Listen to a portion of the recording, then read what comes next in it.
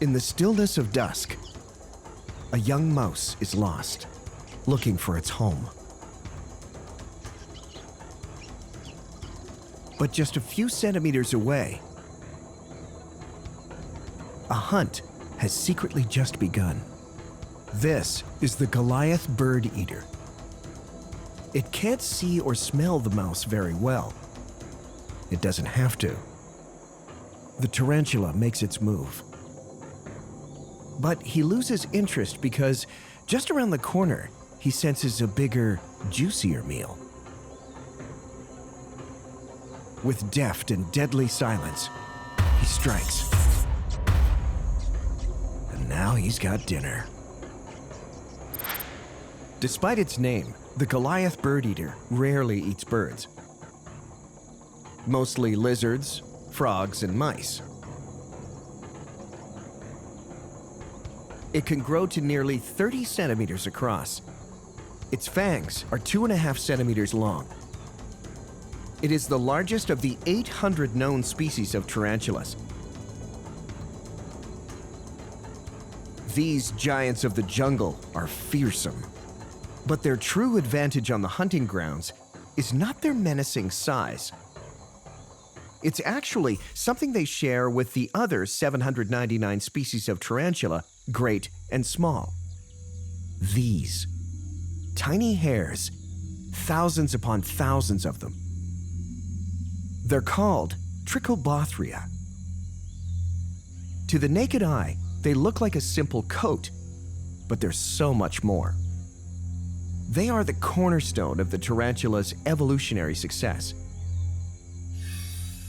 These hairs, individually and as a group, sense the world around them with remarkable precision.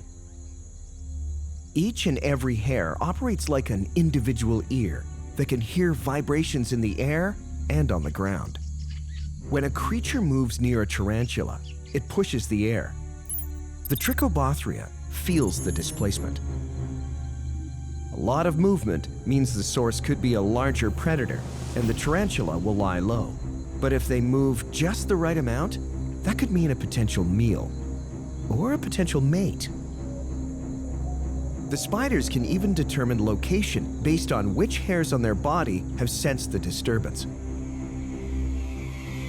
Some tarantulas can detect air movement down to 10 millionths of a millimeter. That's about the width of an atom. These astonishing Trichobothria also give the tarantula a sense of touch and trigger the tarantula's reflexes. If the hairs on the sternum sense an obstacle, those reflexes kick in. Its leg joints extend, while its muscles contract seamlessly, lifting the tarantula's body over the obstacle. It's completely automatic. It's called body raising, and it's one of the reasons these tarantulas can navigate rough territory so deftly. This astonishing adaptation is 380 million years in the making. Tarantulas can spin silk, but they don't build webs like their spider cousins. They don't need to. The Trichobothria gives them such a sense of the world around them, they're better off moving around to hunt. Sometimes it's best to get touchy-feely. Holy bugs, Batman! The Earth is crawling with all kinds of deadly creepy crawlies. And just like anywhere else, the predators of the micro world take no prisoners. It's about to get pretty gnarly up in here. Ever heard of the huntsman spider? To humans, this arachnid bite is as lethal as a bee. There's nothing to worry about, unless you're a grasshopper. Oh man, to be in the crosshairs of those bugged out eyeballs? Not a place you'd want to be. Does anyone want to tell him there's a humongous spider like an inch away from him? Must be on his phone. How does he not? Whoa. Okay then, never mind. See what he's doing now with his fangs? He's pumping venom into his meal to immobilize it. Spiders digest their food externally, vomiting enzymes onto their prey, breaking the bug down to insect soup. Spidey snacks. There's plenty more scares along this ride, folks. You might be wondering why we're showing you a shot of these sticks. more than meets the eye. A praying mantis decked in camo, front legs laced with vicious barbs, and compound eyes that can each take in 180 degrees, allowing this bug to see a full 360. Bad news for unsuspecting prey in the area, like this ant, who appears to be going for a nice stroll. A stroll that's about to take a deadly toll. The mantis spots its target and gets into position. Looks like he's getting into some kind of ninja pose. And like any skilled ninja, it is a master in the art of invisibility. That poor ant doesn't even see it coming. That's probably for the best, because, well, that.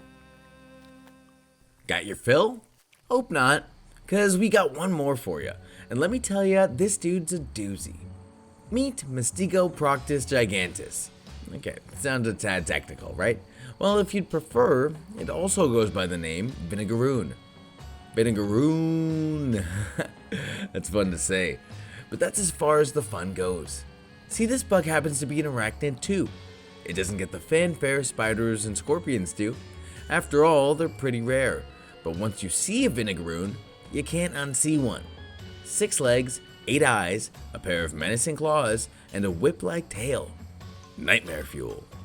Now, its tail doesn't actually do much, it's just something it uses to help feel around. Oh, but where the Vinegaroon's tail begins, at the base there, is also where the story ends for its prey. How? It sprays a substance made of highly acetic acid. Vinegar, actually. Get it? Vinegaroon.